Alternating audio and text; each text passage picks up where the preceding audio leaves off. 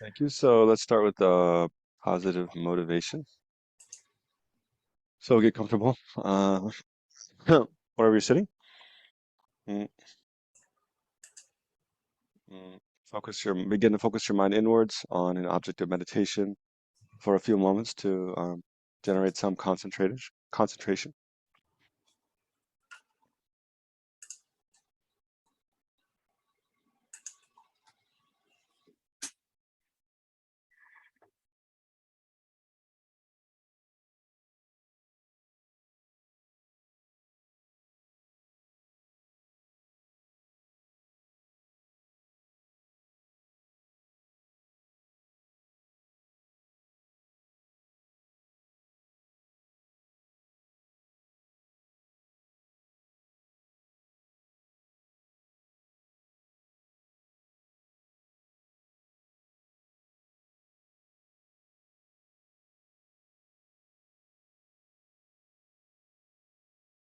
Mm.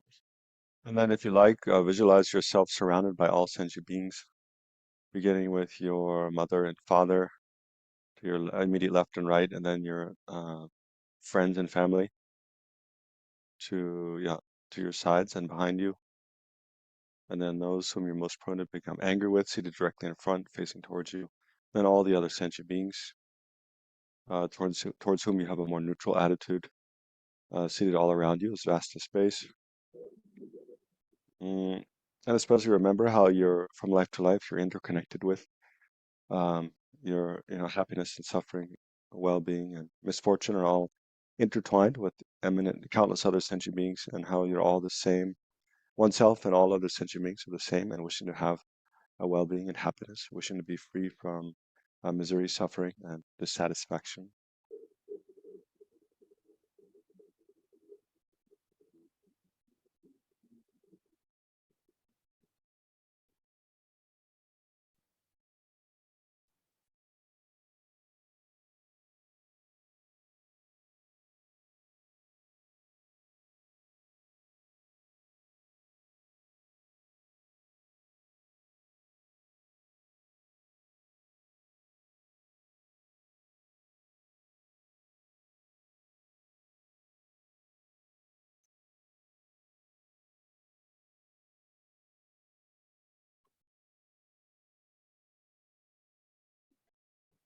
So now we'll recite the prayer of the four immeasurable thoughts and then meditate on it briefly.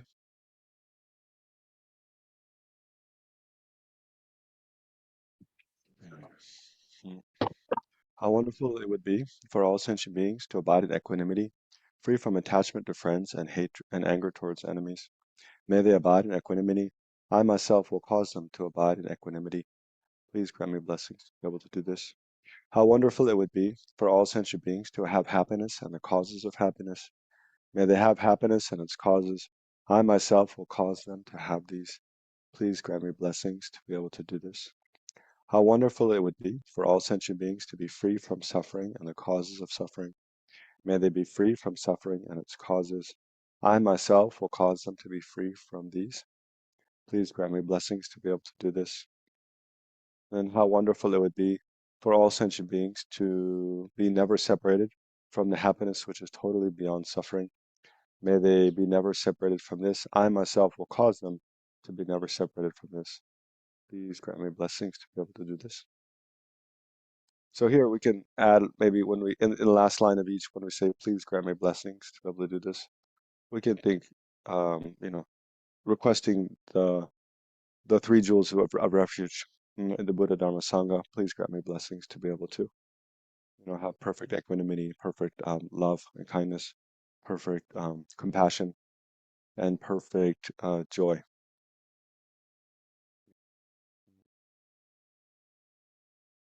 So let's meditate for a few minutes on the four measurable thoughts as a way of generating a motivation for this session.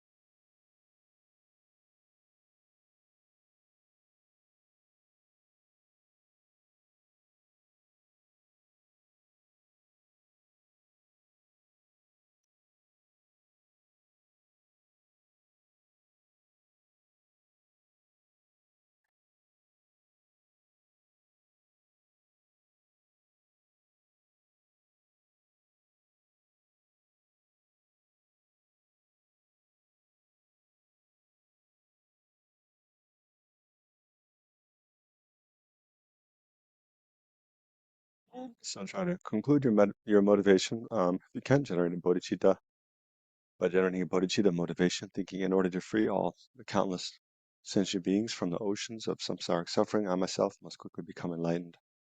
For that reason, I'm going to engage in this session on studying contemplating and meditating on the refuge and the three jewels, the Buddha Dharma Sangha.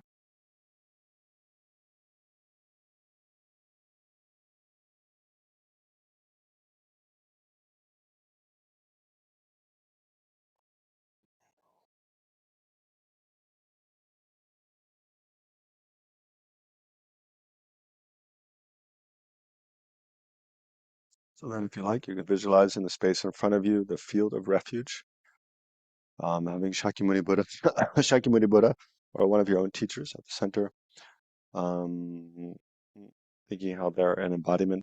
Shakyamuni Buddha is, or your own teacher, is an embodiment of all the Buddhas of the past, present, future, possessing all the enlightened qualities of a Buddha. And then you can visualize on a low text, on a low table, sorry, on a low table in front of the Buddha, then scripture, like from the teachings of the Buddha, representing the teachings of the Buddha, right? Representing the Dharma jewel. And then you can think how the Buddha himself, or can also imagine surrounded by other Buddhas and Bodhisattvas and teachers that represent the Sangha. So I think there's representations of the Buddha, Dharma, and Sangha in the space in front of you, and then briefly reflect on the two causes of refuge, one's own wish to be free from suffering, and kind of wise fear of potential suffering in the future, as well as the Buddha, the, the capacity of the Buddha, Dharma, Sangha to protect us from suffering and to lead us to the fulfillment of our potential for our own future Buddhahood and realization of Dharma and becoming a Sangha, right? So try to think in terms of both the causal refuge, external Buddha, Dharma, Sangha, how they can protect us, and the internal, was the inner, or is it the resultant refuge, the causal refuge, and also the resultant refuge. So if you like, try to generate both attitudes.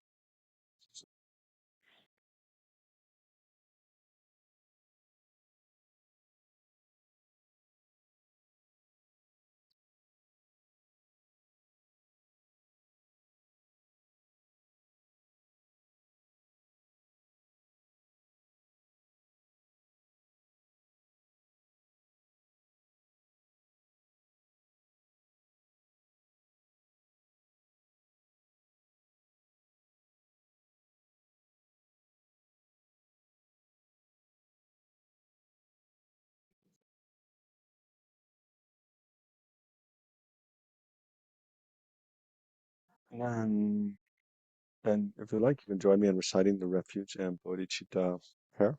This one verse 3 times. I take refuge until I am enlightened in the Buddha, the Dharma, and the Supreme Assembly.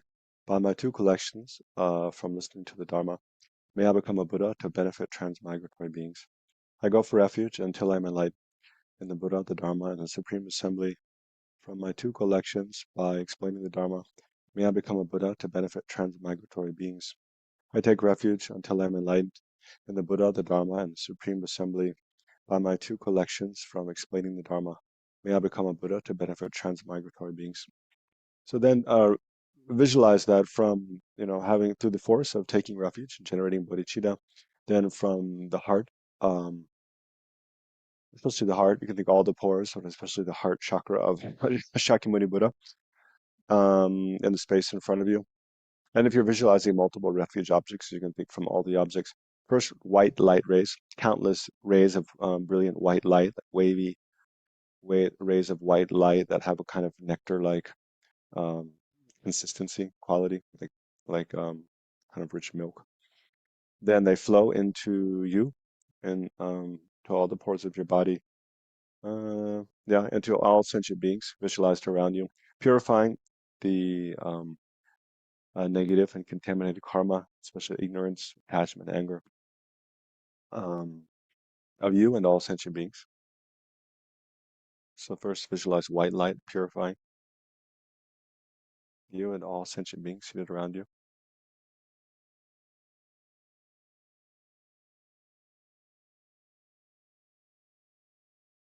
Here it's good, especially to remember emptiness. You yourself, all the other sentient beings, the objects of refuge, and then the act of purifying the light rays, and the actual action of purifying. Your body, speech, and mind of yourself and others are all in the nature of emptiness. Visualize mainly white lights purifying.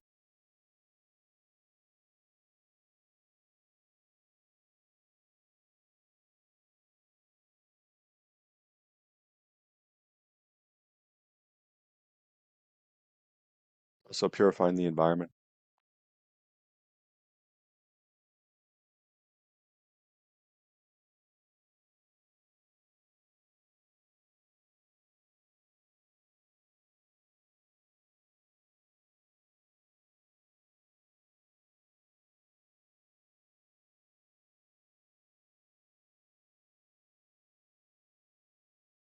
Especially purifying the minds of beings who create much harm, who have very kind of violent, afflicted, selfish minds, causing great, problems in the world.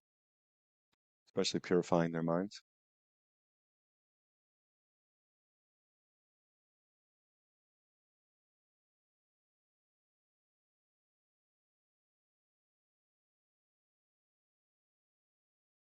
So imagine all the beings in the environment become perfectly pure, and then visualize golden light rays radiate out from all the pores of the Buddha and the objects of refuge visualized in front of you, like wavy golden light rays, again having a kind of nectar liquid quality.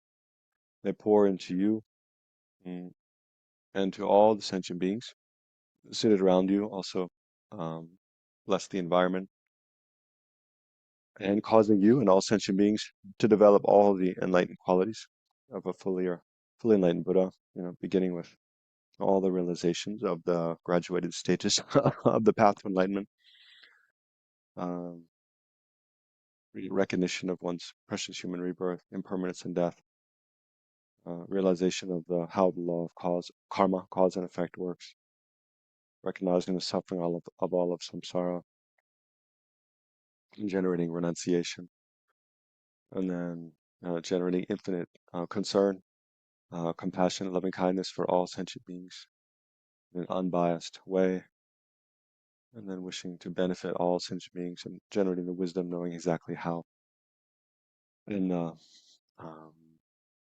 the energy, enthusiasm to continually work for the welfare of all sentient beings. So I think you and all sentient beings, in short, develop to perfection every positive quality you can imagine.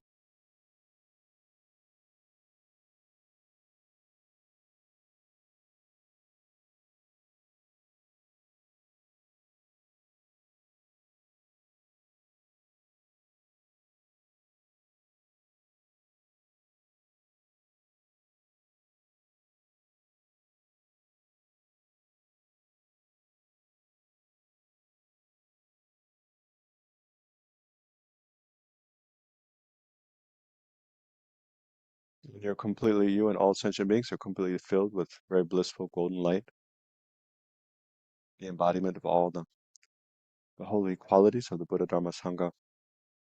And then also the environment is blessed to be a perfect place for dwelling in happiness, and harmony, well-being, and practicing Dharma.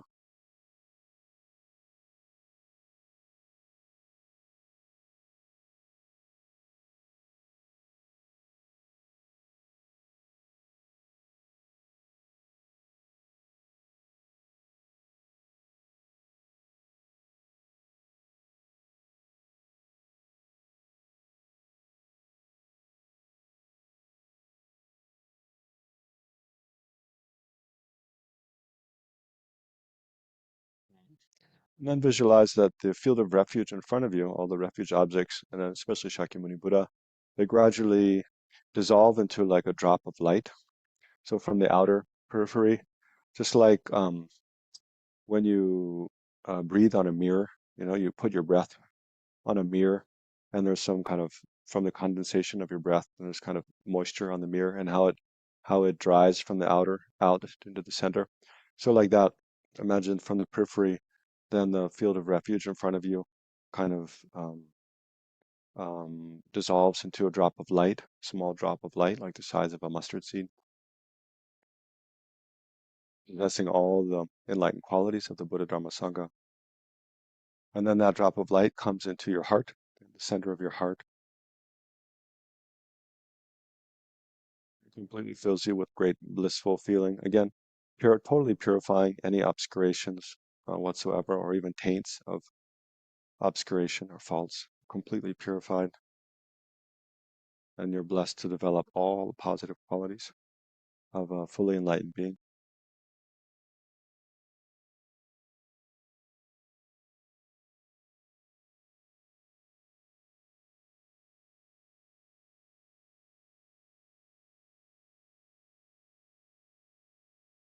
So you can imagine your mind and the mind of Shakyamuni Buddha completely merge, becoming inseparable, indistinguishable, completely one, identical in all qualities of abandonment and attainment.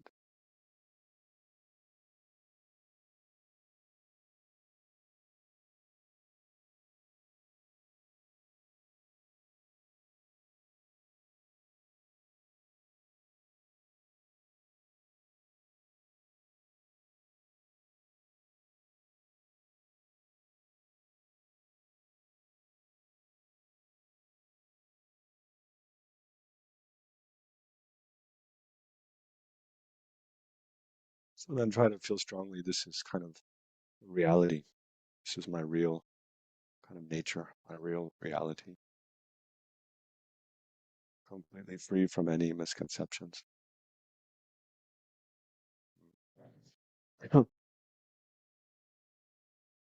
The perfection of loving kindness, compassion, and wisdom, knowing reality as it is. I think this is me. So identify strongly with that being enlightened.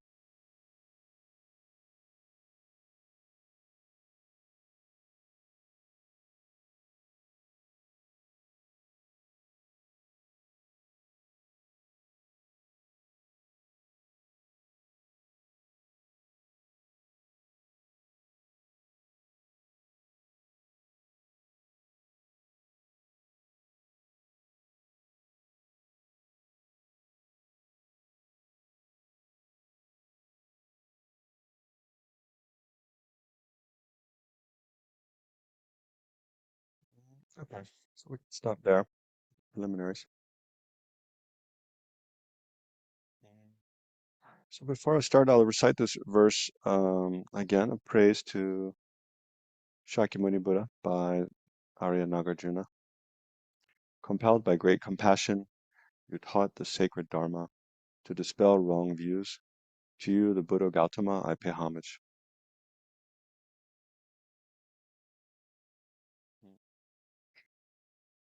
So, yeah, again, in this last session on refuge and the three jewels.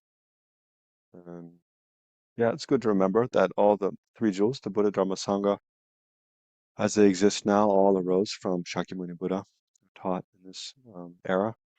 And Shakyamuni Buddha, his own realizations arose from great compassion, from training in great compassion and wisdom. And that the way a Buddha benefits beings is, again, not by pulling them up off the ground, like picking someone up by the hand.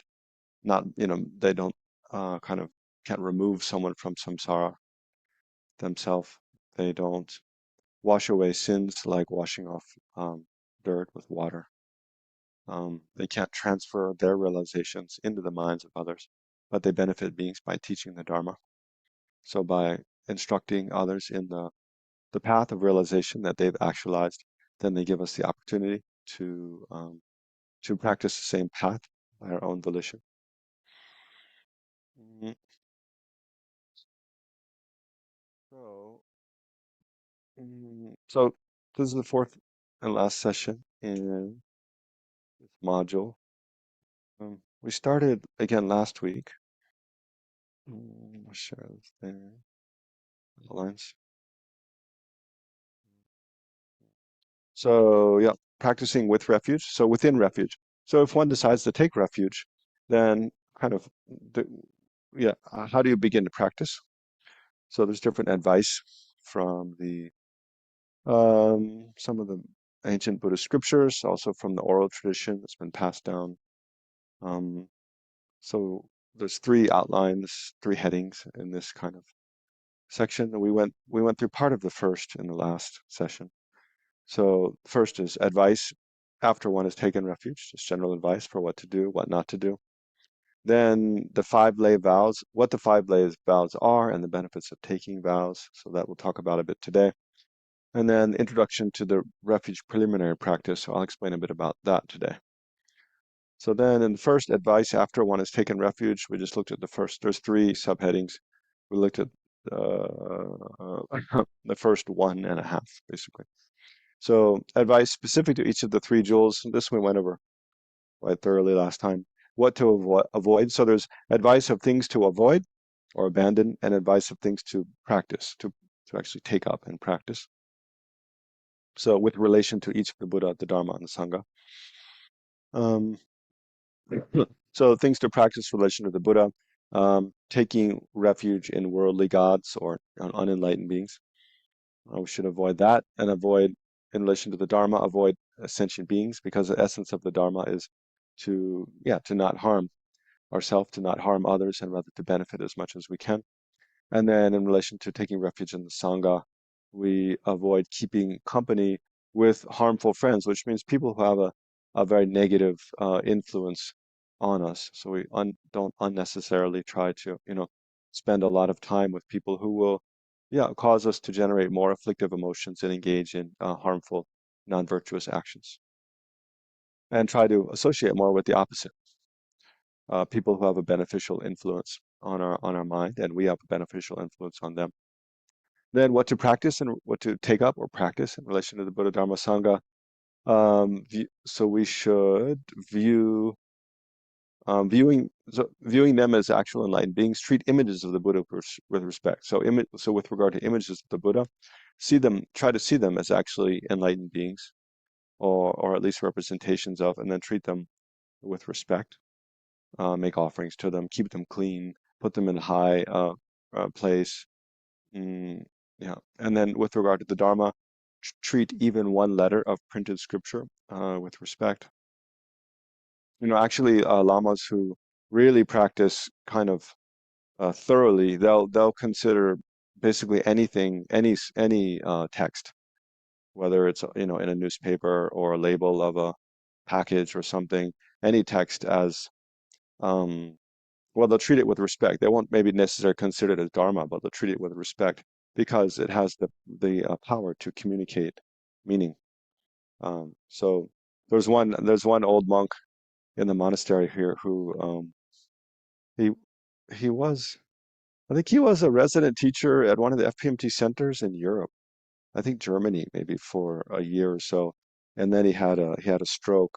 Um, had to have surgery, cut open his skull, so he has a big scar on his skull now. Um, but he's a very, very sweet old monk, and um, he likes to go for walks. So you often see him walking around the monastery, and he'll like meticulously, every scrap of like, paper or plastic that has any printing on it, he'll move it off to the side of the road so that the other monks walking don't walk over it, don't step on it.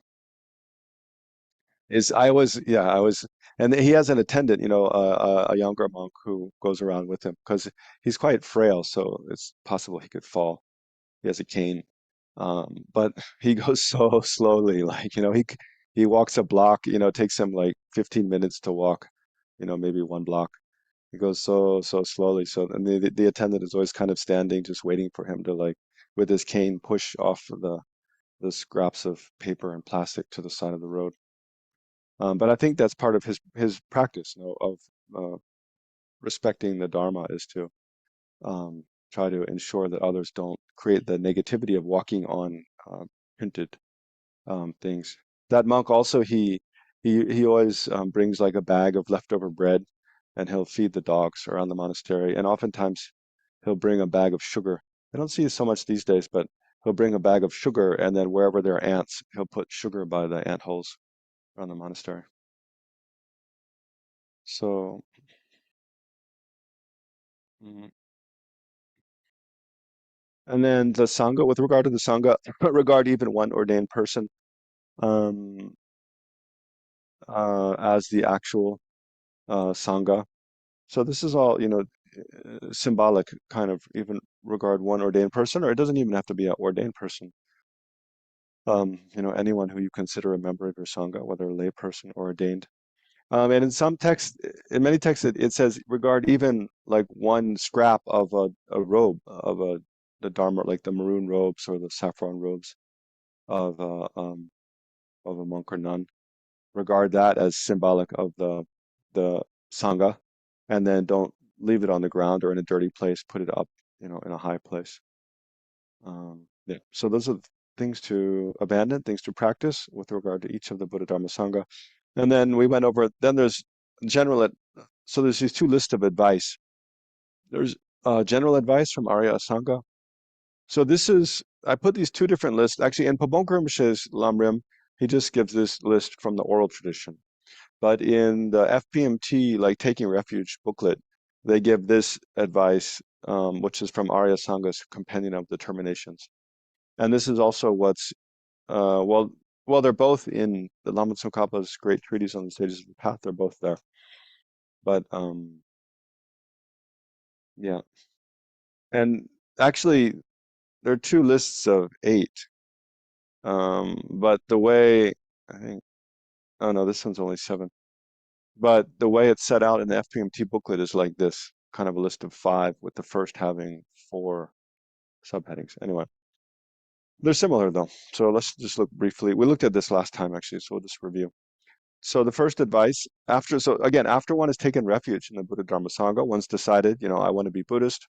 I want to, turn to the Buddha Dharma Sangha for guidance and kind of protection from all the suffering of samsara and for inspiration in, my own spiritual path.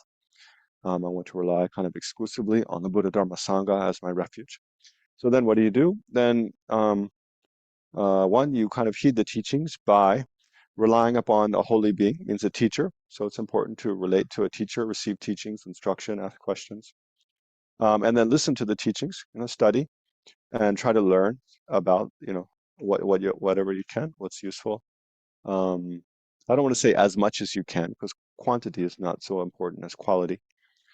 But listen to teachings, and then try to the teachings you listen to. Don't just listen and then forget about it. Like I don't know, like a daytime TV show or something. Try to comprehend and recall it. Um, whatever you teachings you hear, try to think about them afterwards. What does this mean? What did they say? Remember on the one hand, and then any questions or doubts you have, and then any maybe background reasoning that wasn't clear, try to understand.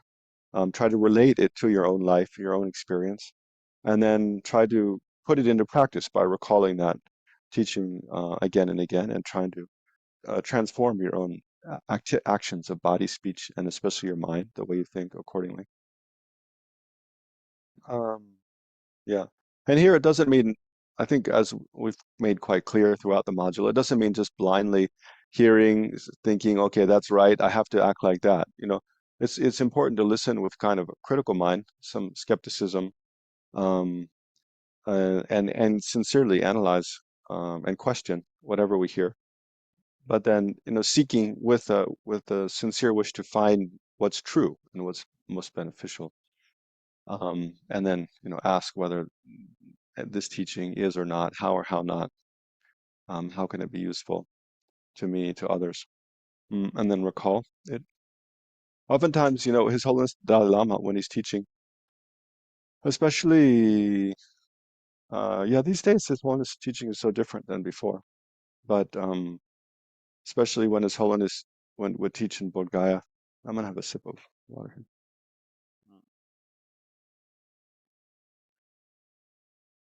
Would teach in Bodh Gaya or or Dharamsala. especially when there's a big lay audience, then then His Holiness would often say, like, okay, so from all you've heard here, over these several days, make sure you at least remember one thing, you know, whatever it is. Sometimes he'd emphasize, usually he'd emphasize, that dependent arising and compassion, but sometimes different things. But it kind of tell the audience, don't just walk away and when you meet your friends who weren't able to attend the teaching and they ask you, well, what did the Dalai Lama talk about? You have nothing to say, right? So remember at least one important thing. And then if you feel like that would be beneficial for you, then try to put that into practice. If what you heard me say, nothing seems very relevant or beneficial to you, then so be it. Then so be it. Then just forget about it. That's fine. But if you heard something that I explained that was helpful, beneficial, meaningful, or useful to you, then remember it and try to put it into practice. So we need to do that as well. And practice accordingly. So yeah, actually, Lama Zopa Rinpoche, as he's taught, he has been giving teachings here in the monastery. He gave.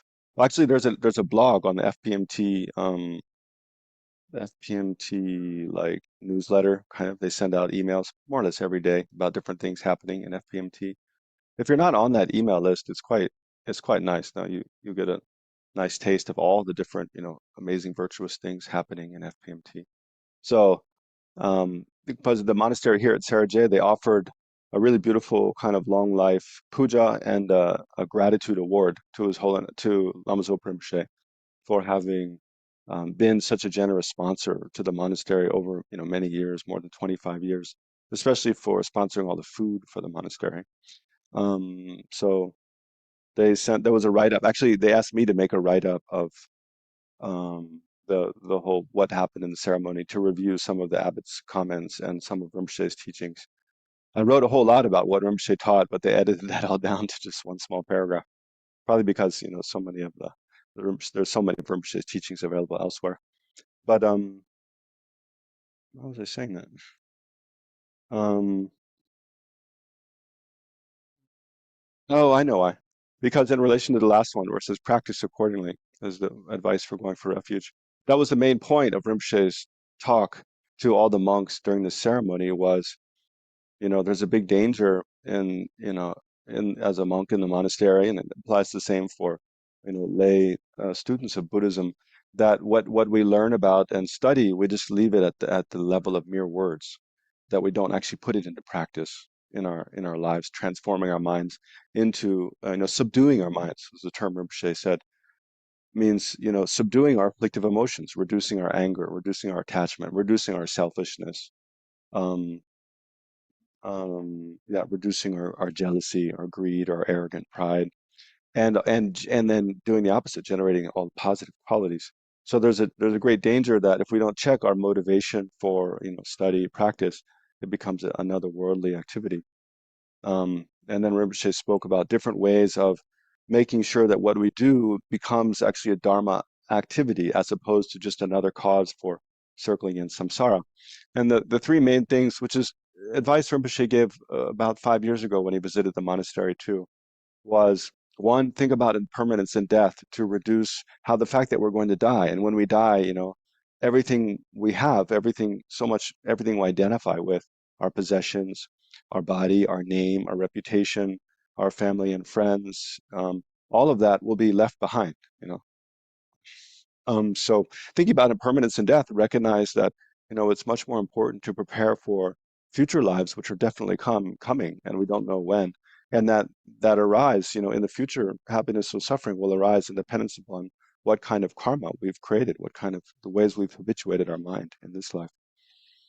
So one, think about impermanence and death in order to cut attachment for this life and generate um, the determination to, engage in positive actions to ensure happiness for ourselves in future lives after death.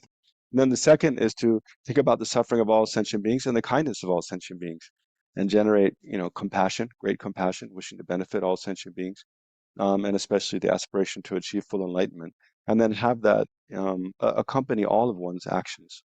from morning until night, every day to day. And by doing that, everything we do becomes Dharma.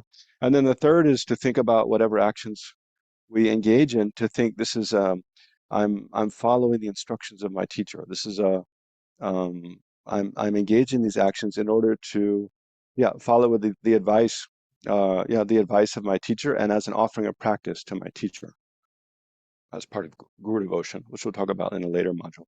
So there's those three ways to kind of make, um, and it all involves thinking about our motivation for doing things again and again.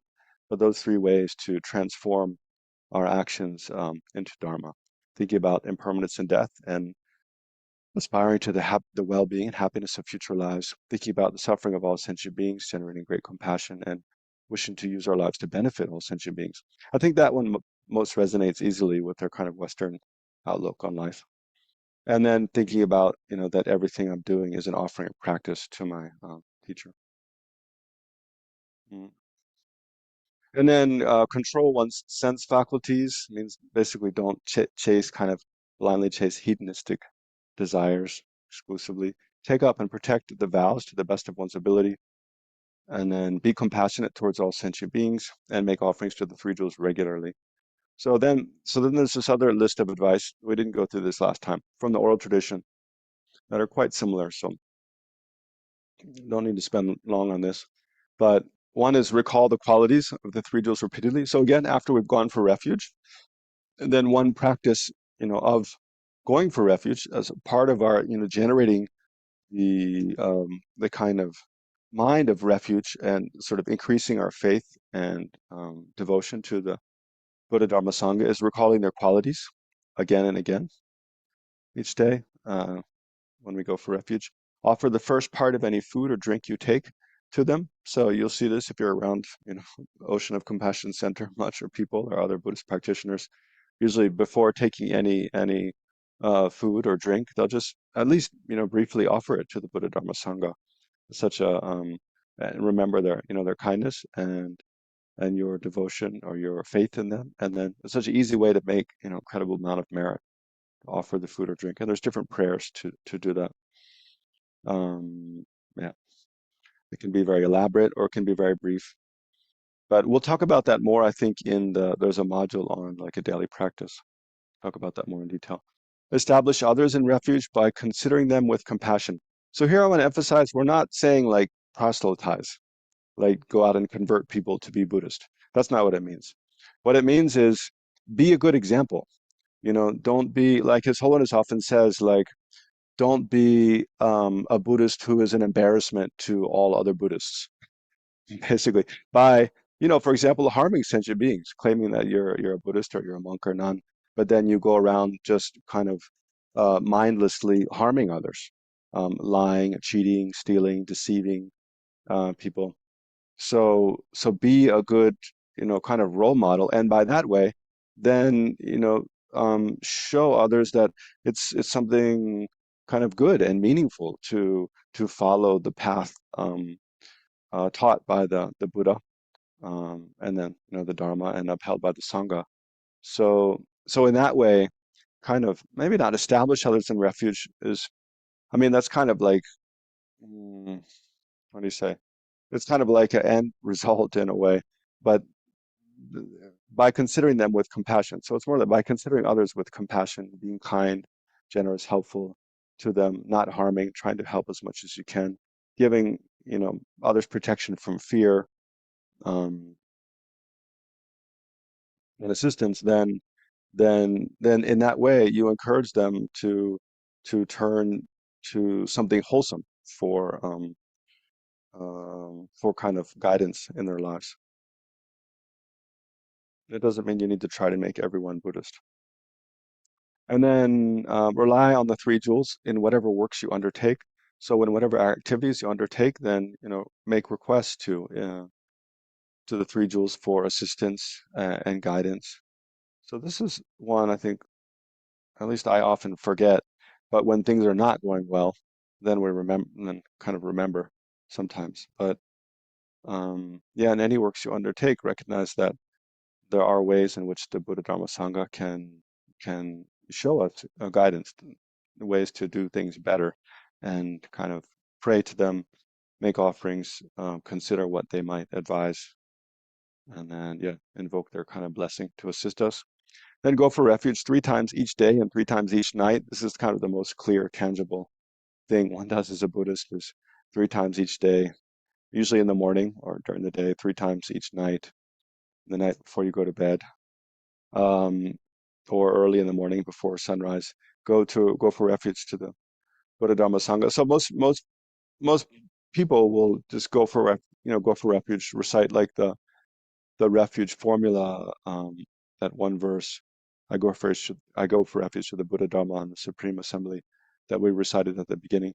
So that's reciting it 3 times and then accompanied by the mind, generating refuge. Then is going for refuge 3 times. So do that 3 times in the morning, 3 times at the night. Mm.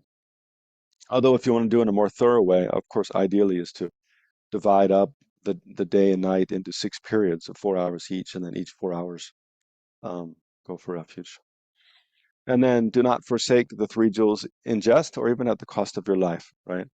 So don't, um, kind of give up the 3 jewels in jest or at the cost of your life to say, I'm not Buddhist. I renounce 3 jewels. I don't care about them. I don't follow them.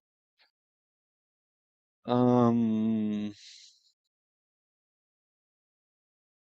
yeah, maybe we don't have so much time left, so I won't elaborate. If you have questions about any of that, we can come back.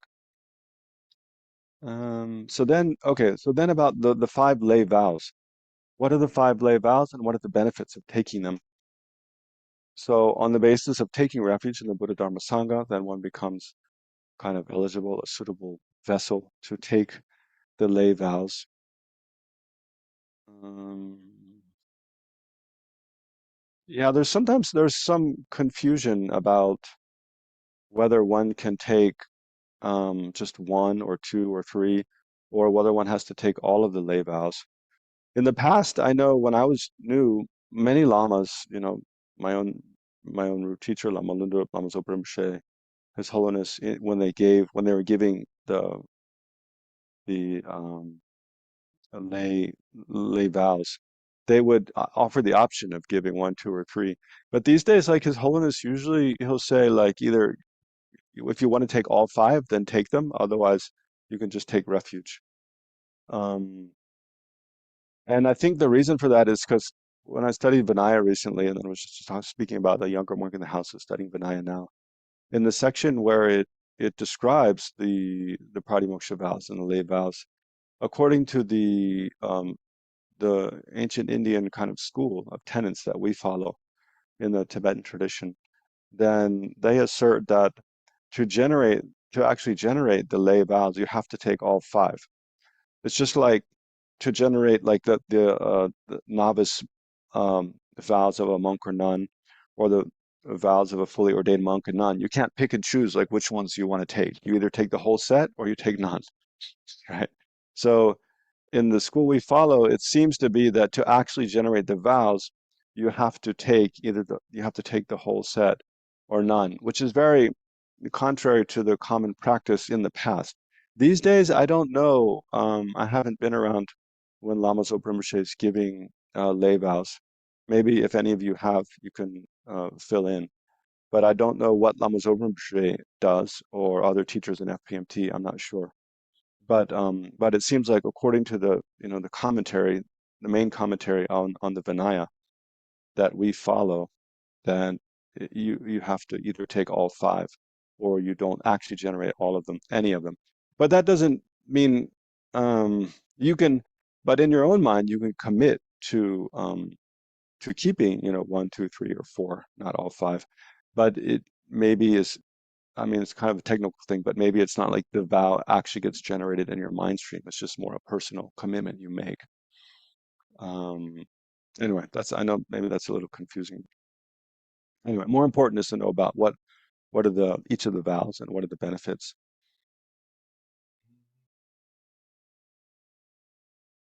Yeah, Okay, so I'll just speak briefly about because we're quickly running out of time.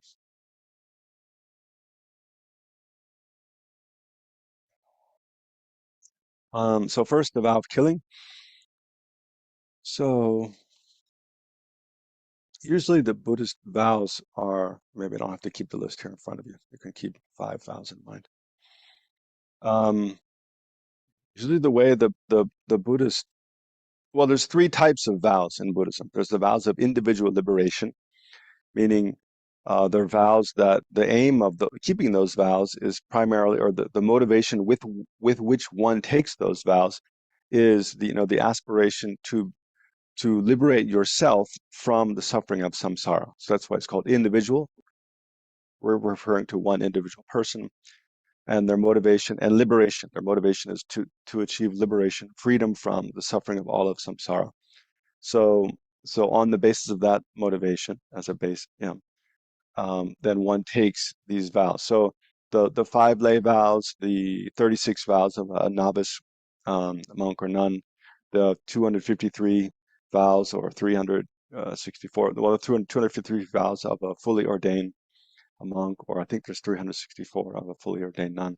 Those are all part of the individual liberation vows.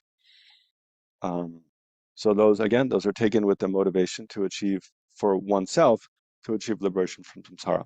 So that's the first. There's the individual liberation vows, and then within that there's different kinds. Then there's the Bodhisattva vows. There's only one kind, Bodhisattva vows. So there are, I believe, 18 root Bodhisattva vows and 46 branch Bodhisattva vows. Those vows are taken with the motivation to achieve full enlightenment in order to free all sentient beings from samsara. So, mm, mm, and yeah, and then there's the tantric vows and samayas or commitments. Mm. So those vows are taken with the aim again to to become enlightened, to free all sentient beings from samsara, but to do so as quickly as possible, more quickly. So the a difference between the vows, those three types of vows, the individual liberation vows, bodhisattva vows, and tantric vows, is that the vows of individual liberation, they, from the time one generates them in one's mind stream, they only last until one dies from this life. So at the time of death, they cease to exist in one's mind stream. The bodhisattva vows and the tantric vows, from the time one generates them, they last in one's continuum until one achieves enlightenment. So even when one dies and takes rebirth, one still has them in the future. Now, there are a lot of questions arise about that, like how do you keep vows, that you took in a past life and you're born and you don't even know you have them. Um, yeah, I'm not sure how to answer that right off. But okay. So then so we're looking at the refuge vows, individual liberation vows. Mm, okay. So then another thing, the way the vows are set up is there are root downfalls, which means essential, like very heavy negative things that we try to refrain from doing. Um, but then there's like concentric circles, kind of like I've heard the canals of Amsterdam are laid out like that. I've never been to Amsterdam, but maybe anyway. So or think like a castle with moats around it, layers of moats and walls. So the essential thing you want to protect is in the center, and then there's layers of protection further and further out to protect you from ever incurring a root downfall here. So when we look at the five lay vows, the first, the killing, I'll just forget about this. So killing, I mean, to when we take the vow of killing, I mean, the main thing we're promising is to refrain from killing another human being intentionally, right? To commit a root downfall of killing, we'd have to kill another human being intentionally, right? Um, but then, um, but then we should all as part of taking that vow, of course, we should also abandon, unintentionally killing human beings or killing animals, or other creatures, right? But those are lesser kind of infractions of the vow of killing. They don't destroy that vow from the root, right? Only killing a human being intentionally destroys it from the root. But other forms of killing, we should also try to abandon. So the first is we take a vow not to kill. Mm, okay. So the question might come up, well, I'm not going to go around killing human beings anyway. So why do I need to take a vow like not to kill human beings? It's not something I'm going to do anyway. Um, and the main reason is like, um, well, I usually like to try to use an analogy. of the difference between, well, we can think of, I mean, essentially a vow is like a promise that we make not to do, not to do something. And there's different kinds of vows, but vows are usually a promise we take not to do something harmful. So, um, I usually like to take the analogy of like, the difference between, um, well, you can think just the difference between just not doing something harmful because you see it's wrong, and and like making a promise, uh, like not to do something, expressly. So I guess again, like yeah, maybe marriage vows is a good example. But even in relationships with others, or even in business, um, there's a difference between just having an understanding with a person that I'm not going to do this, like I'm not going to cheat you, I'm not going to overcharge you, um, or whatever, and just not doing that. Whereas, and making an explicit promise, like in writing, kind of, I'm not going to do this. It To make an explicit promise to someone else, I'm not going to do something harmful to you. It instills trust in the other person. It's more clear to you. It's more clear to the other person. It becomes a much more concrete and kind of solid thing. And it's a much more stable basis for then building trust, and then on the basis of that, building up a more kind of stronger, more complex dynamic relationship, right? So taking a vow, like there's a difference between not killing, okay, that's good, but then when we take a vow not to kill another creature, we're more making a more express commitment to doing that, on the one hand. So it's clear to us, it's clear to others. And then, in the case, if a situation arises where we're tempted to kill, it helps protect us because we can remember we've made that clear commitment. So it helps protect us from engaging in non-virtuous actions. And then also, and this is one of the main benefits of vows, is where every day that we don't kill, we're not only refraining from something harmful, but we're engaging in the positive action of keeping a promise that we've made. And so it's like, just like when we make another promise, when we make a promise to another person, every day we keep that promise. It's like we're building trust, we're increasing trust. So when we take a vow like not to kill, every day that we keep that vow, we're creating merit by keeping the promise that we made. So it adds, this other level of kind of engagement. So that's one of the main benefits of keeping vows, of taking vows, is that then every day we create the merit of keeping them, which becomes a cause for our own personal development and happiness in future lives.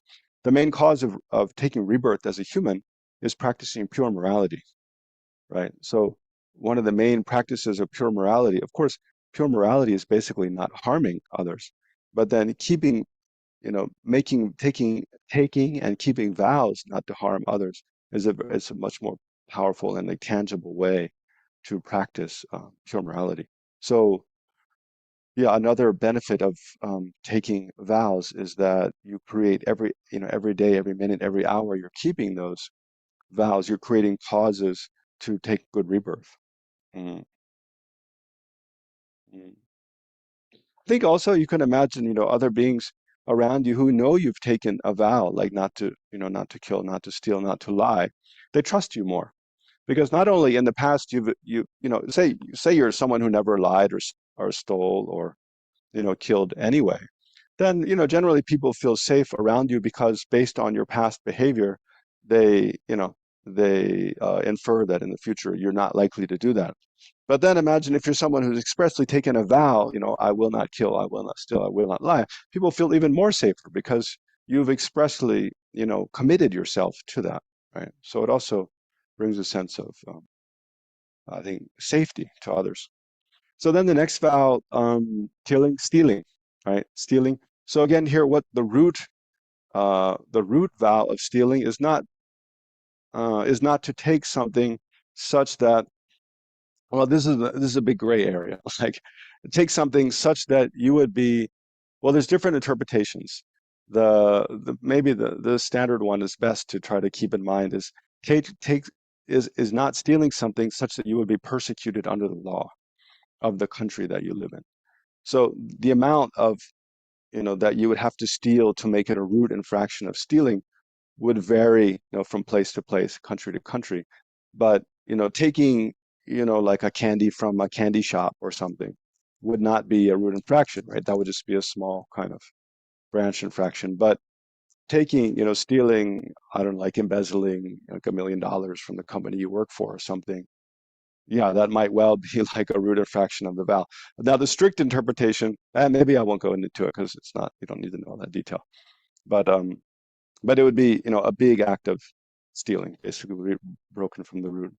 Stealing and then lying.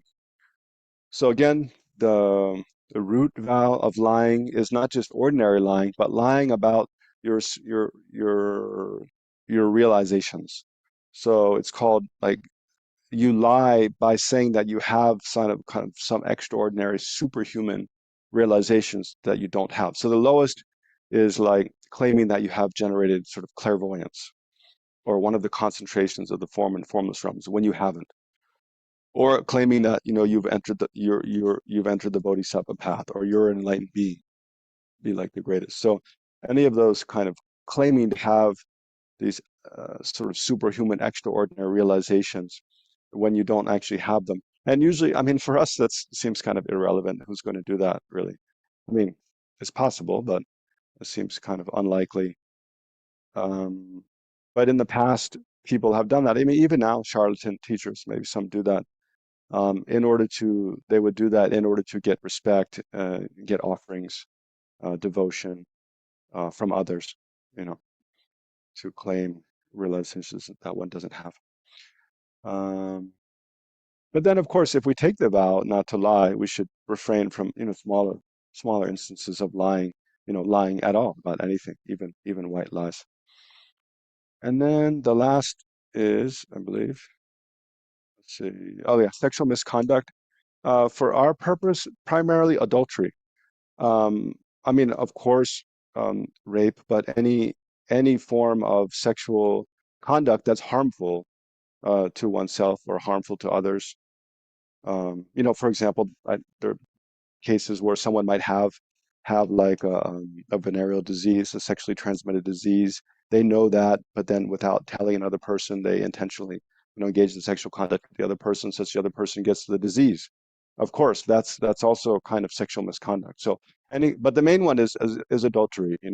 Engaging in sexual conduct with someone, either when yourself or someone has a commitment to someone else, such that the other person they feel is a complete betrayal of your understanding and trust and loyalty.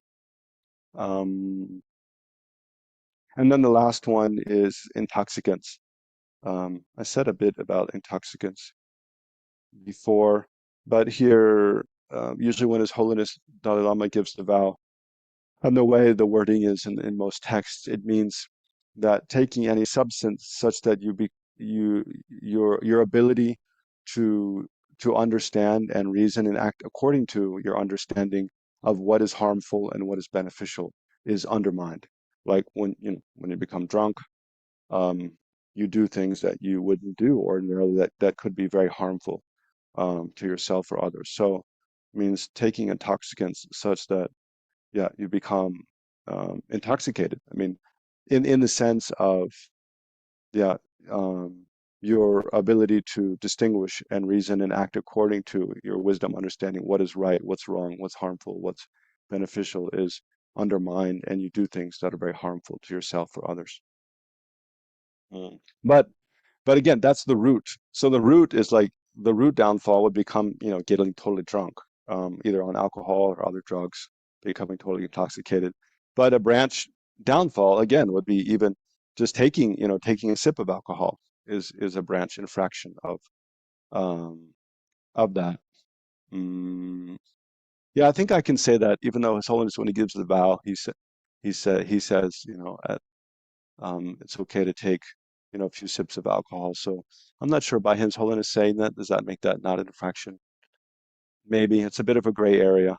In the more traditional texts, it's, like even taking a sip of alcohol. Like for monks and nuns, we all have the vow not to take intoxicants, and it said even taking, the amount of alcohol that would uh, so the quantity of like water, let's say dew on the tip of a blade of grass, like that much would be an infraction of the vow not to take intoxicants. Um, okay. And we can come back and then ask. So then the benefits of taking vows. I've mentioned some already, but this is a nice quotation from a sutra, um, expressing some. It says, if with a mind of devotion one makes offerings of umbrellas, flags, rows of lights, food, and drink to as many billions of Buddhas as there are grains of sand in the river Ganges for tens of millions of eons, the merit of this can in no way compare with that of a person who keeps just one precept for even just one day at the time when the holy Dharma, the teaching of the one gone to bliss, I mean Shakyamuni Buddha, is perishing. So at this time when the Buddha's teachings are perishing, it's been the I mean the Buddha's teachings are predicted to last for 5,000 years in the world. It's been 2,600 years since they came. So the Buddha's teachings are dying out. So at this time when afflictive emotions and discord is on the increase, and especially attachment um, is becoming more and more what do you say strong, then it's more and more difficult to practice the Dharma, to keep vows. So at this time, even just keeping one vow for one day and night, one creates incredible amount of merit, more than offering all these kind of manifold different offerings to billions of Buddhas, as many as there are grains of sand in the river Ganges, which is like think like the Pacific Ocean. Um, so yeah, I mean, in short, like it's kind of like the merit we create through generosity is, yes, it's good to be generous, but it's much more powerfully transformative for us to practice pure morality, to refrain from doing actions that are harmful to others, compared to giving things, practicing generosity, giving things to others. It's kind of a much more powerful practice to restrain our own tendencies to harm others. I think you can say that. And then the final slide here. Okay, introduction to the refuge preliminary practices. Um, yeah, since we don't have much time, we can cover this more in the module on like a daily practice. But just to say a word or two, that basically preliminary practices are there's a whole set of preliminary practices that we do that are common in Tibetan Buddhism. Usually there are a set of 100,000 things. So like the refuge preliminary practice. And it's preliminary to what? Preliminary to usually doing a great retreat, which is like a tantric retreat. There's a tradition, Tibetan Buddhism, of doing in all the schools, Gelugpa, Nyingma, Kagyu, Shakya, of doing like a 3-year retreat where one spends 3 years in isolated retreat um, to really try to make quick, powerful progress on the path. And as a preliminary to that, one accumulates, does many things to accumulate a lot of merit and purify one's obscurations so that when does that retreat, one can quickly make progress, develop realizations in one's mind. So as a preliminary to a great retreat, there's usually 5 or 7 sets of preliminary practices. So one of them is sort of the preliminary practice of going for refuge, which essentially means you recite a refuge prayer, like the one, go for refuge to the Buddha Dharma Sangha that we recited at the beginning, the refuge bodhicitta prayer, or there's other formulations of the refuge prayer. But you recite it 100,000 times, kind of in a sort of retreat setting. And not just, don't just recite the words, but you contemplate the meaning as you do that. Mhm. So essentially, that's the refuge practice. There's an extensive instruction by Lama Zopa Rinpoche with um, very elaborate visualizations and contemplations to combine with that practice in the Lama Yeshe Wisdom Archive. So I've copy pasted the link in the sheet of required readings that we will send out right after this. I didn't do it before, I wasn't there, but right at the bottom. So if you want to know more about the preliminary practice for refuge, I invite you to read that.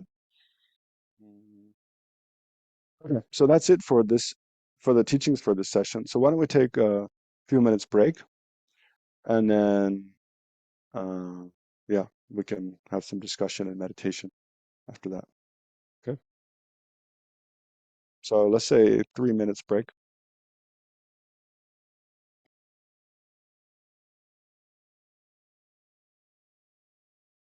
Hello, everyone. Welcome back. So, are there any questions or comments related to anything we've been through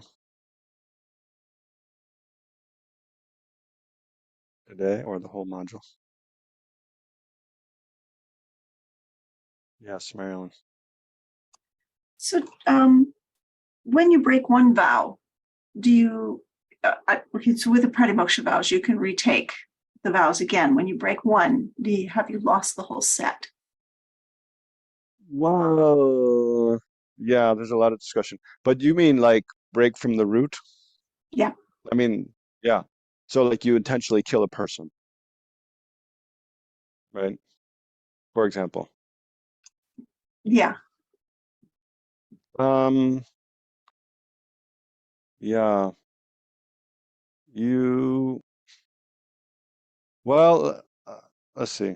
The way it's explained, in relation to, well, the where it's explained is in the Vinaya, right? In the Vinaya, I mean, it's explained about what happens when you break vows in different ways. So, but in the Vinaya, all that explanation is mainly in relation to the vows of a fully ordained monk, right? There's not much express explanation about like what happens when you break a lay vow from the root like that. But it's generally the same because they're the same type of vow, right? They're both pratimoksha vows. So, um, yeah, I think, uh, I mean, well, the one there's to look at what it says in the Vinaya, and then another what is to look at what's actually done in practice, in the tradition by different teachers in the tradition. So, um, I think generally most teachers, if you break a vow from the root, then they would say, yeah, you just take them again and can restore them. But that's really not according to the way it is with, pratimoksha vows as it's considered for monks and nuns. Like if a fully ordained monk breaks one of their root vows, like saying they intentionally kill a person, then they can do that either with what's called with concealment or without concealment. So if they do with concealment means when I break that vow, I think, oh, I'm going to keep it a secret. I'm not going to tell anyone that I've done that. So if they break a root vow with concealment, then they cease to be a fully ordained monk at that point. So um, the equivalent for being a lay Buddhist vow holder would then be, it's not that you stop being a Buddhist, but you cease being like a lay Buddhist vow holder. But for a fully ordained monk, even if they break one vow with concealment, it's the other vows haven't been damaged. You still have them, right? It's just that they're not whole anymore because you've broken one from the root. So the other vows you still have. Um, and for a fully ordained monk, there's some debate about, but generally it's considered you can't offer the other ones back at that point. They're not because they're not pure, then they're not suitable to be offered back, kind of. But that's a bit of a gray area. So um, yeah, so it kind of seems like you're stuck. You have all these vows, but you're not a monk anymore. Yeah, I know it's kind of confusing. But I think generally probably the best practice as a layperson, if you break one of the vows from the root, then first of all, don't just think like uh, it doesn't matter, right? I mean, try to, well, confess it to someone and try to purify it, do some purify it, and then take the vow again. Um, What do you mean by offer that back? I don't understand what that is. well, for monks, you can offer your vows back.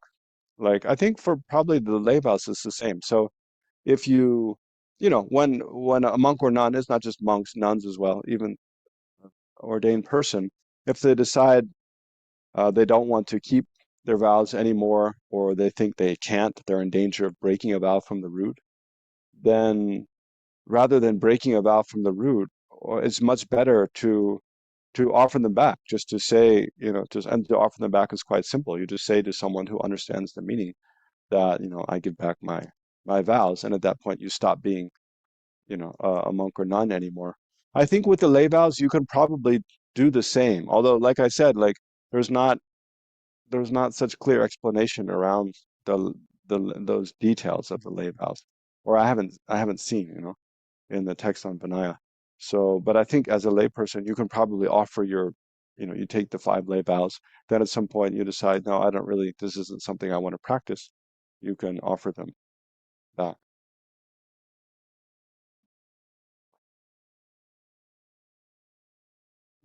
Gosh, the internet connection seems really weak here today. I can't. The video is freezing up for you Hmm. all. Does that apply also to the Bodhisattva vows and the Tantric vows? Because they are durable beyond lifetimes. Yeah. No, those the Bodhisattva vows and Tantric vows, even you break from the root, you can definitely take again, Mhm. right? Can you offer them back? Yes, I think you can offer them back, but you can, if you break from the root, you need to take again. But it said um that if you break one of your vows from the root, you can, take it again, restore it, one of those sets of vows. But it's like a broken bone. It's not as strong as it was before. Like a broken bone, you break a bone, you can heal, it'll function again, but it's weaker than it was before.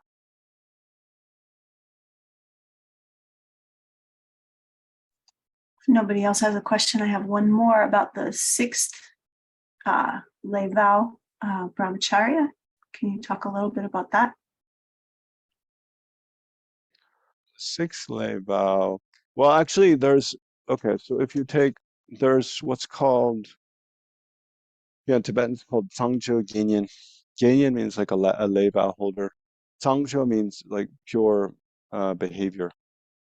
Um, Sangjo Genyin. So yeah, one can take the vow of celibacy, but usually one would do that in addition to taking, I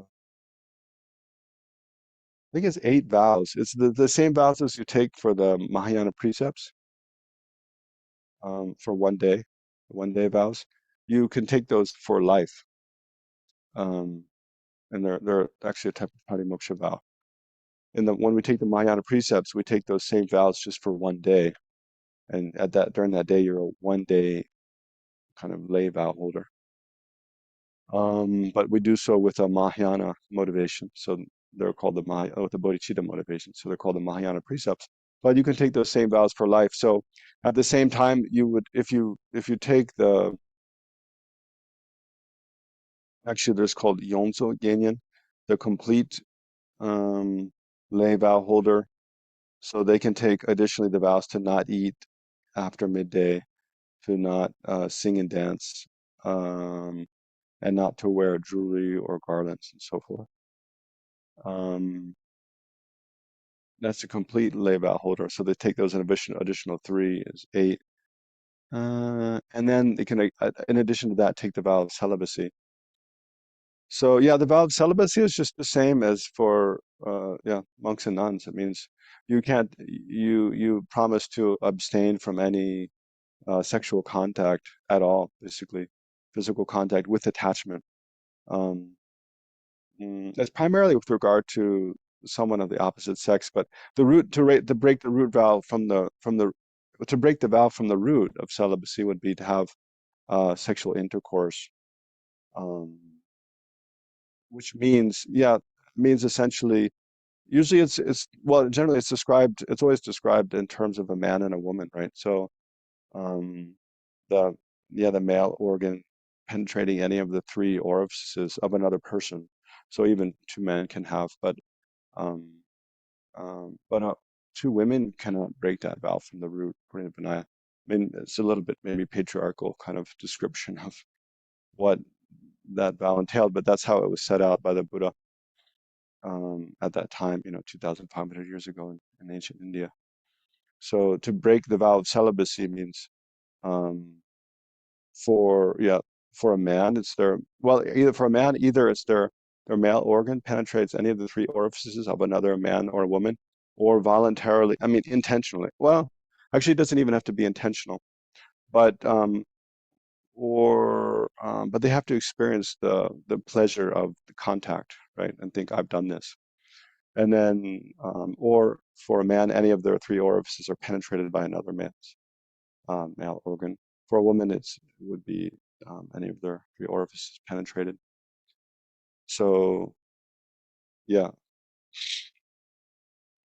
I don't know. Did you have another question about that, or I'm not sure what your question was exactly about celibacy. It's just the lay the lay vow of celibacy. Yeah. But you answered the question. Thank you.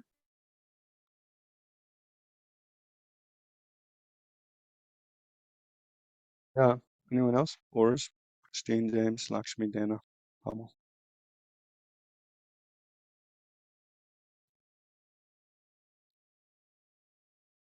So how do we find out if we like the taking the refuge, like what's the process? And in particular, I'm like most concerned with the intoxicants ones, like but like could I do the first four, or who do we talk to, and like what's the process of doing that kind of thing? Yeah. Yeah. Yeah. So basically, yeah, it's good to figure out a teacher who in your area or wherever, that would, figure out a opportunity that you would have maybe to take the lay vows from a teacher. Like, for example, there might be teachers visiting your area there in San Jose, or Geshe Ngamo Drakpa in San Francisco, or But Thupten Sherpa when is there a certain title? Starting, like, how would I know if who, or does it get advertised like this person's doing that? I wouldn't know. this person's giving vows. Um, well, one is like, well, there's probably a list on FPMT website somewhere because there's a whole list of all the teachers in FPMT Oh, and of they're those like who give. qualified, like able to give vows or something.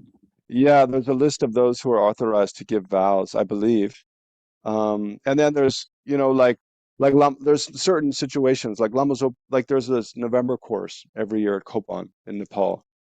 This 1 month like Lamrim course. At the end of that, Lama Zopa Rinpoche almost always gives vows, or some Lama will always give refuge vows. Occasionally, His Holiness the Dalai Lama will give refuge vows. You can even take through the internet. Um, but these days, it's a little unpredictable when. Usually, oftentimes, as part of if he's giving an initiation, he'll give vows, but it's not usually announced ahead of time, like he's going to give vows.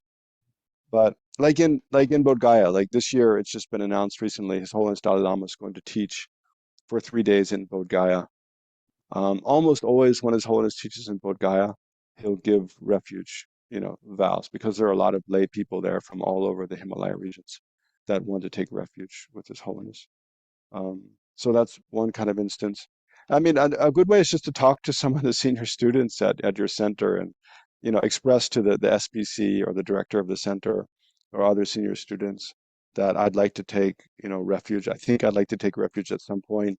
When there's a teacher visiting who might give refuge, can you let me know? And I'd like to, talk with them more about what that entails, and what It's they, if I can take the just four without taking intoxicants and so forth. Um, can a nun deliver vows? Yes, yeah, of course. Okay. Yeah. Yeah, Venerable Rabina, I believe, gives refuge. She's a preceptor. Yeah, I believe she is. I don't know other nuns. Chandrala might. I mean, she's not a nun, but she's another female Maybe teacher. Venerable Sangikadro.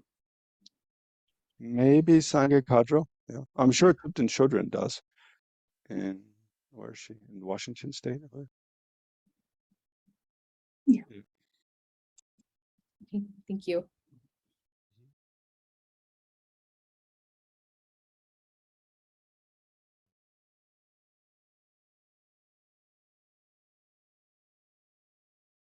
Well, I don't know. Do you all want to do a breakout discussion room? Discuss things kind of without me around for a bit. Maybe it's good to do. We can just do for, I don't know, 10 minutes or so. And then we'll do a bit of meditation before we stop. 1, 2, 3, 4, 5, 6. Maybe, Marianne, can you make 2 discussion breakout rooms of 3 each? You can leave me out.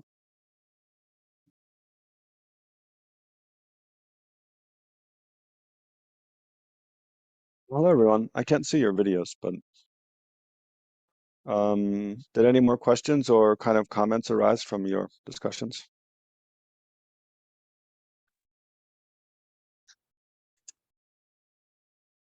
So we talked a little bit about vows, like smaller vows, like Vajrasattva vows, and Palmer was saying you could look at it like a habit, just like you lift weights or running, and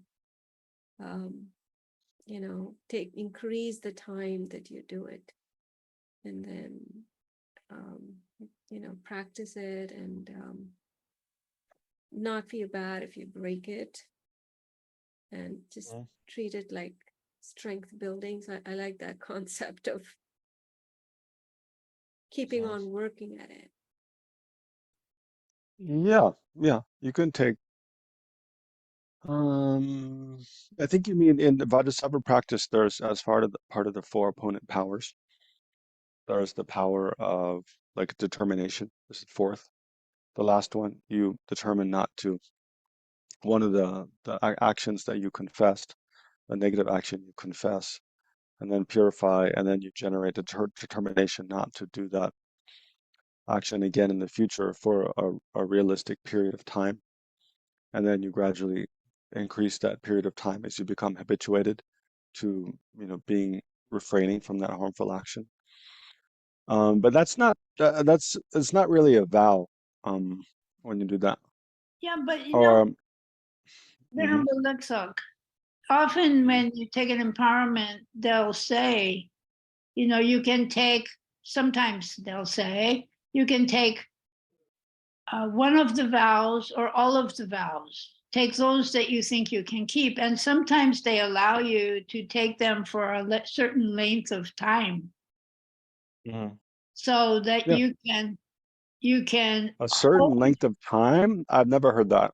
I Yeah, mean, maybe you have. I mean, I haven't been around as long as you have. So well, but there's, there's I don't know, lots of, yeah, you're in India with all of the ordained monks and that, so they're probably stricter with you than they are mhm, sometimes with lay people. mhm. They give them, I think sometimes they give a little more leeway. Yeah. They generally do in the West. It's true. Yeah, Lamas give it more leeway. is. Yeah, because they know that we're really undisciplined. Yeah, that's true. Yeah. Um, I was thinking, yeah, it's one thing. Um, yeah, anyway, I mean, the way I described the vows, the 5 lay vows here was just very brief, but there's much, you can find much more detailed description about them. Generally, when I mean, on the surface, it seems quite simple to take a vow like not to kill, steal, lie, refrain, not to engage in sexual misconduct or intoxicants. But when you look in detail, yeah, there are a lot of details involved. Generally, when we study the vows, we we study each vow with regard to 4 branches. So the branches are like the basis, which means the objects that involved, the person holding the vows, and then the other objects or persons that they interact with. So for like stealing, the basis would be the person having the vow not to steal. And then what is the object that needs to be taken with regard to that? So there's the branch of the basis, and then the branch of the thought or the intention. So what's the kind of mind you have to actually create, to break the vow of stealing? And then the thought, it has two parts. There's the discrimination. So with stealing, for example, to actually break the vow, you have to have the correct discrimination that this object belongs to someone else. You know, if there's an object that you steal that you think it doesn't belong to anyone, even though it does, and you take that object, it's not a complete um, act of stealing because the discrimination is mistaken with regard to that. You think the object doesn't belong to anyone, and so you take it and think now it's mine, but you didn't take it intentionally knowing it belongs to someone else, right? You could see how that's much heavier. So there has to be correct discrimination with regard to the object. And then also there's the case that if you think the object belongs to someone else, but it actually doesn't, and then you take the object, it also doesn't become the complete vow of stealing. So you have to have a correct identification of the object. And then the other part of the second branch of the thought is you have to have the motivation, an afflicted motivation, motivated by attachment, thinking, I just want this object. Motivated by attachment, you want it for yourself. If you steal, so there's kind of like a Robin Hood clause, you can say. If you steal something in order to benefit others, in order to benefit others or benefit the Dharma, it's not a complete act of stealing. Also, but here we don't have time to go into the detail of each of the branches, but I'm just trying to give you an example of how much detail there is in relation to each. So, but there's these four branches of the basis, then the thought regarding, and then the actual action or the preliminary action. So if you're going to steal something, then every step, like you're going to go to someone's house and take something, every step you take on the way with the motivation to go steal that thing, it becomes, a kind of related infraction of that vow.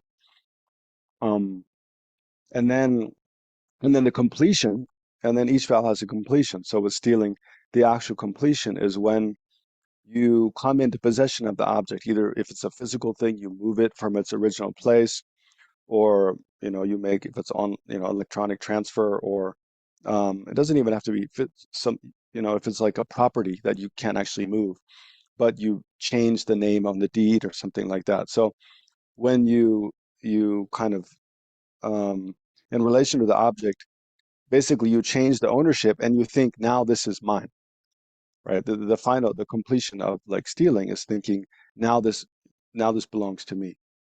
Right. So with each of the vows, there's these four branches of the basis, the thought, the preliminary action, and the completion. So anyway, in the future, if you want to study more about vows, then that's kind of what you do. There's a good explanation of the 5 lay vows, I believe, in the Great Treatise on the Stages of the Path to Enlightenment by Tsongkhapa, and then there's a commentary on that by Geshe Sopa, who has a center in Madison, Wisconsin.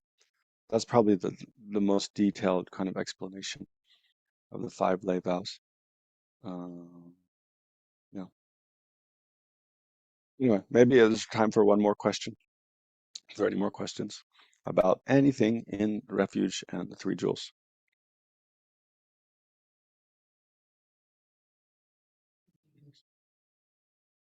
Okay. And if there's not, so the plan to finish the module is to do 2 sessions of meditation, just at our normal time next week, and the week after that, we'll do 2 sessions of just meditation on the material that we've covered. And in the meantime, hopefully within the next week, I'll send out self-assessment questions. So it's excellent to complete all the different aspects of the module if you can, give replies to the self-assessment questions. And then and make sure you do all the reading, you've attended all the classes, do all the meditation, do the self-assessment, and you will have completed this module. Yeah. Okay. Then let's dedicate. So I think rejoice first in whatever merit we've created in this session, in this day, with a positive motivation, oneself and others who have participated in the session.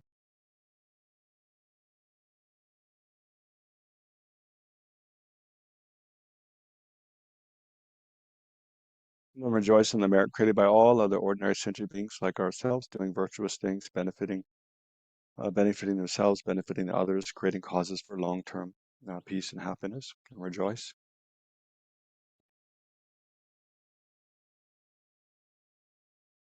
And rejoice in all the merit created by all the Buddhas and Bodhisattvas, especially our own teachers.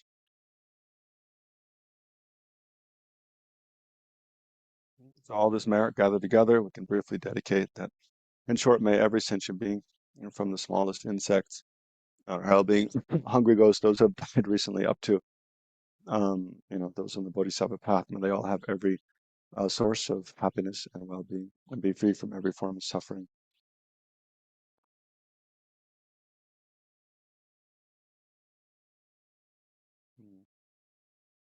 Especially may all be free from illness, hunger, thirst, physical, mental illness, hunger, thirst, loneliness, depression. Be free from physical, verbal, mental abuse. May there be end to famines, wars, natural disasters everywhere.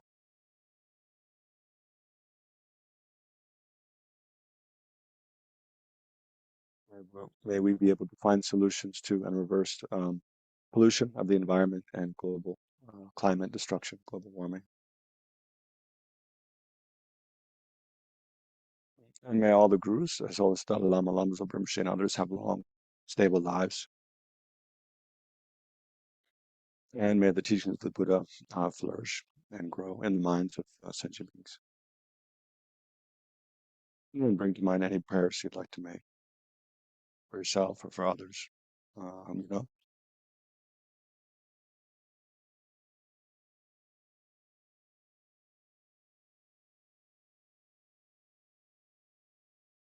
So may all your prayers also be fulfilled in accordance with your virtuous aspirations, intentions.